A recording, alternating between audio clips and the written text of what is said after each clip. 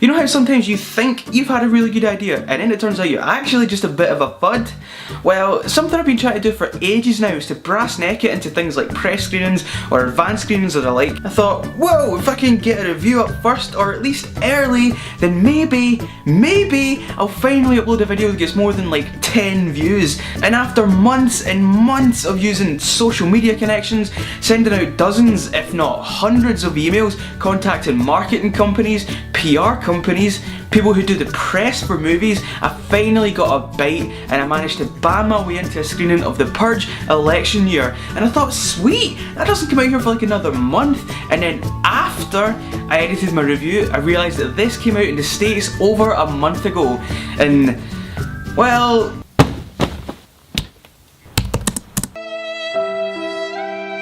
So the Purge election year is the third Purge movie, hopefully the concluding chapter of the Purge trilogy. In this movie, it's played by Elizabeth Mitchell. You may not be sure you want to check.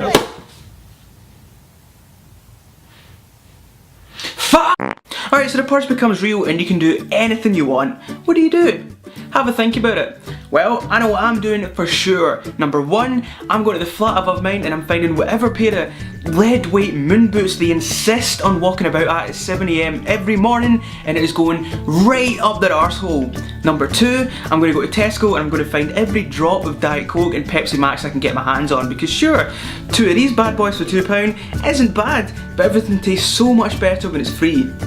And number three, well, I haven't actually thought of an end to this joke, I just really want to hurt my neighbours. The Purge movies take place in a near future America where a new political movement known as the NFFA have legalised all crime, including murder, for one full night.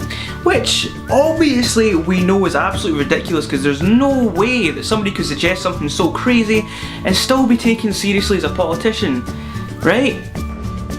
I will build a great wall on our southern border, and I will have Mexico pay for that wall. Mark my words. I am officially running for President of the United States.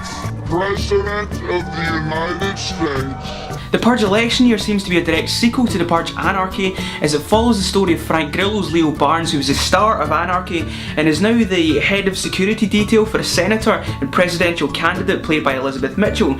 She is the main threat to the NFFA's presidential candidate, and when her campaign starts to become a threat, the NFFA lift a rule that grants politicians immunity from the Purge. Now, when you're Frank Grillo and you're the head of security on a night that's actually alright to kill politicians, that's not good. Frank Grillo is such a badass man. I really thought he was underused as Crossbones in Civil War, and I was hoping that this movie would make up for that injustice. He just seems like the kind of guy who could and would kick your head in at a moment's notice, and I guess that's exactly who you want on your side. Definitely want him on my team if this ever becomes real. And just like in the Purge Anarchy,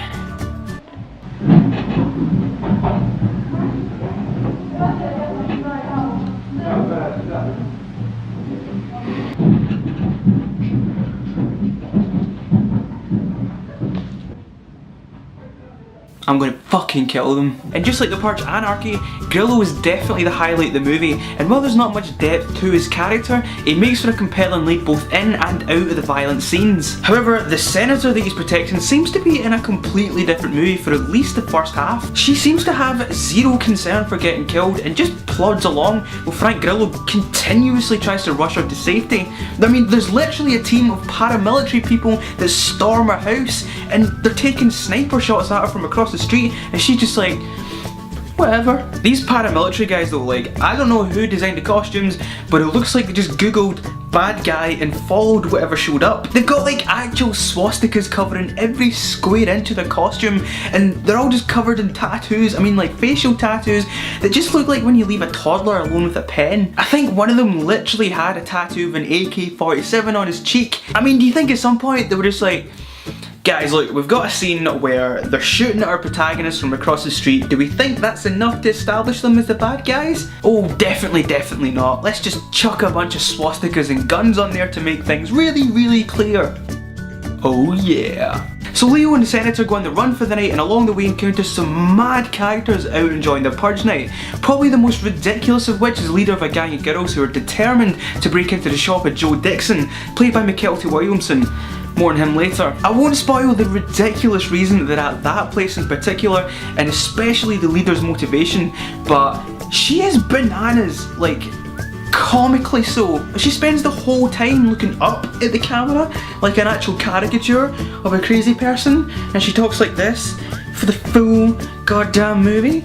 And it is just really, really bizarre. Honestly looking like she's up the back row of a Calvin Harris gig, MDMA'd out her face. I mean, who is she? Marina Joyce? Ooh, that's some really specific jokes about a really specific subject that nobody's going to understand. The fan favourite though is definitely going to be the previously mentioned Joe Dixon. He shows up on screen, and as soon as I saw him I was like, I recognise that guy, and it took me a while, but I finally got it. He's Bubba from Forrest Gump. He's a really nice, likeable character that owns a shop, but he can't afford the Purge night insurance premium, so he decides to camp out and defend what's his.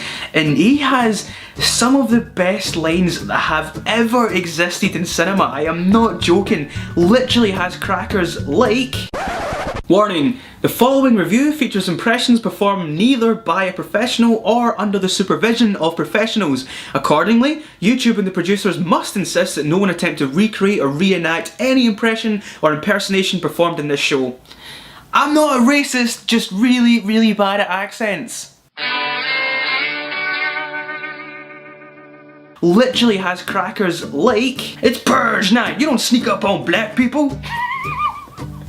I tell you this much, she got little titties but she got big ass balls. There's a whole bunch of Negroes coming this way and me sitting here like a bucket of motherfucking chicken. Who wrote that? That's brilliant.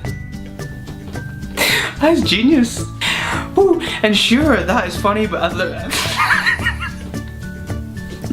yeah, like, sure, that is funny, but there are a lot of moments in this film that are unintentionally hilarious. There's a part where a cart travels through a street for a dead body amnesty, which is clearly supposed to be a somber moment and reflect the gravity of the situation, but it is far too close to the Monty Python bring out your dead joke, and you just can't take it seriously. And the video game level of violence sort of make it not impactful, if that makes sense. Like, it's so ridiculous and so cartoonish that it doesn't feel real and there's no realism to it, and you don't register how violent it is precisely because of its zaniness. I mean, as an example, somebody literally sets up a guillotine, like something out of the f***ing French Revolution. Is that guillotine? Guillotine? Guillotine? Anyway, more than a few times I laughed out at the sheer lunacy of the violence in this film, and if that's what they're aiming for, then fair play. In the end, to me, the Purge movies represent a missed opportunity where the concept and the elevator pitch is a lot stronger than the actual execution of it. The first Purge movie was a tight but ultimately boring home invasion movie, and the second one was more of a straight up actioner, but the vastly improved budget allowed for, you know, crazier set pieces and a script that actually explored, well, I mean, while still exciting, managed to explore how the lower class and minorities are exploited by the upper class by the Purge. Election Year sticks with the highly stylish visuals and the action approach, but it doesn't actually add anything that wasn't in the second movie. So if you're already a fan of the franchise and you go in knowing what it is, which is just a bit of silly fun, then you'll have a good time. But the Purge Election Year is not going to win over any newcomers to the franchise, so I'm going to give the Purge Election Year 3 popcorns. Thanks for watching my review of the Purge Election Year. If you like this video and you want to see more, then you can click right down here to see my 2 latest reviews, or you can click subscribe to keep up with my stuff as I make new videos. If you and your friends are thinking of going to see the Purge Election Year, then do us a favour and share this review with them, and maybe it will sway your decision. Thanks very much for watching, and I will see you next time.